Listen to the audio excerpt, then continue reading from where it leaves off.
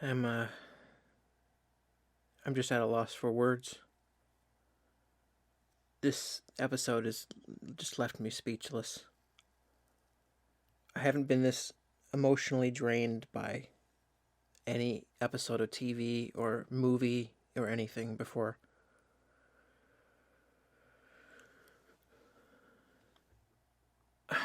I'm not gonna make a breakdown tonight.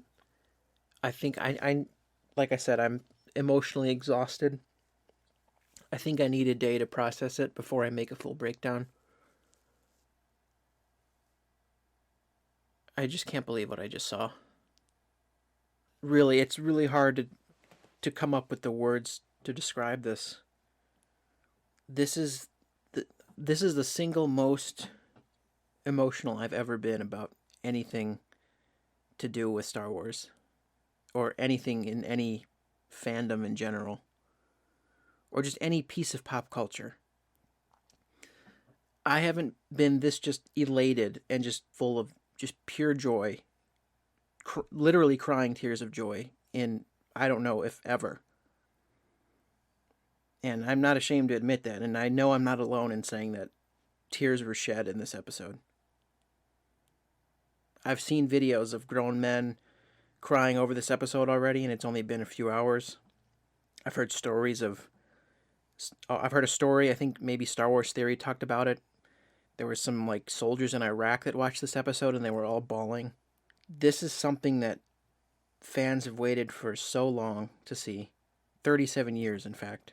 So multiple generations. There's people in their 60s, 70s, and as young as like in their teens that have all wanted to see this. And it's what we expected when the Last Jedi came out, but we didn't quite get what we wanted with that movie. And this is just pure vindication of the fans, and it's the greatest. It's the single greatest moment in Star Wars fandom history, I believe. Nothing else comes close. I know I haven't even talked about what happened, but I know you all know what happened. I'm not in the headspace right now to go get like 100 screenshots and all that for the breakdowns. I just had to turn the mic on and talk about it. I've been adamant this whole time since that episode where Grogu contacted a Jedi. I've been saying since then it's gonna be Luke. It's got to be Luke. And I mean, even Ahsoka said she kind of said she's like, there's not that many left. And I'm like, that feels like uh, it feels like they're seeding that. And when I'm watching this episode, like I said, I'm going to get to the nitty gritty of it later in a few days. I have to process it all, but just from the biggest takeaway from this episode that everyone is talking about, obviously, is Luke. When I had the feeling that obviously a Jedi was going to show up when all the Dark Troopers have them all cornered, and you're like, well, this would be a good time for a lightsaber to start slicing people up because there's nowhere for them to go. And then they say, oh, there's a ship coming, and immediately my first thought is, oh, it's him, isn't it? And then they say it's an X-wing, and I'm like, it's happening. I can't believe it. And like the way this whole episode crescendos up into that point is just amazing. It's just building, building, building, and you're like, what's going to happen? Your heart's racing. Like, who's it going to be? We've been built up over the past couple episodes. A Jedi is coming. Who is it? And I've been telling people there's no way it can't be Luke. And then I didn't notice that you could tell that it was Red 5, but a friend of mine told me that, yeah, he knew immediately because it was Red 5. I didn't put that together. And then for a second, I'm like, oh no, maybe it's not him because, like, you see black robes, but then, like, the way he was walking and, like, his frame almost didn't, like, his gait, like, something felt off about him. I don't know if it was Luke and you could see a little bit of his face, just a tiny bit. But then the green saber comes on, and you see the robot hand, and you're like, it's him. This is unbelievable. I mean, like I said, I just burst into tears when that happened. I was 6 years old, or I don't know how old I was when I watched the original trilogy.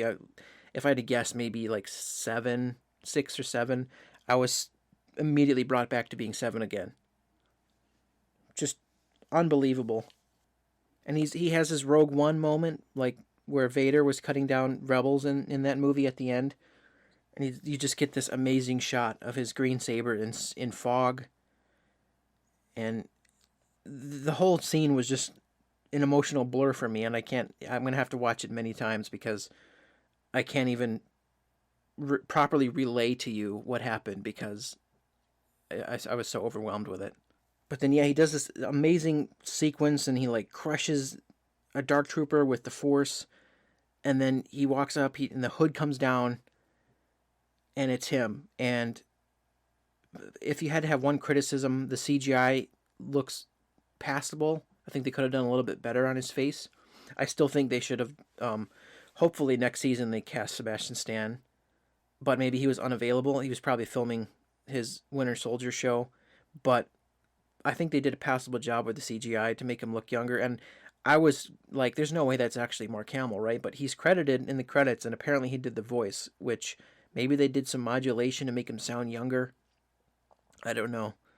But like in all the still shots of him, the face looked great as long as he wasn't moving too much. I'm not sure why they don't use deep fake, because I've seen fan deep fakes fix Tarkin and Leia from Rogue One, and they did a better job than the filmmakers did.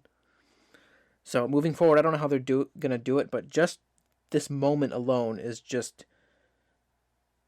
it's it's the moment that has, I think, unified the entire fan base for the first time in years, and it couldn't have come at a better time and in a better year, because this year has been, as everyone knows, this year has just been utter garbage from start to finish. It's been one of the darkest years in modern history, and just how poetic is it that the year is ending with the New Hope, the character that was the New Hope in the original Star Wars. He was the one that was going to bring balance, or he was going to bring back the Jedi after their near extinction. And just that combined with like it's just a perfect reflection of what's happening in the world right now. Like we need something to all be unified by, because there's just so much division and conflict and hate, and it's just a garbage year and a really dark time right now. And it's just this has undoubtedly brought so much joy to so many people, and I don't think a single fan will have had a dry eye after this episode. And to top it all off, R2 comes around the corner, and it's just and then like even on top of that, the scene between Din Djarin and Grogu, where Din takes his helmet off and he says goodbye. It's just everything about it was done so perfectly. And I'll get to what happens after that, the end credit scene and the rest of the episode. I just wanted to make this as an initial reaction because it was an emotional moment unlike I've ever had watching something. Like the last time I felt like this about Star Wars was when I saw Force Awakens, and weirdly enough, it was exactly 5 years ago today.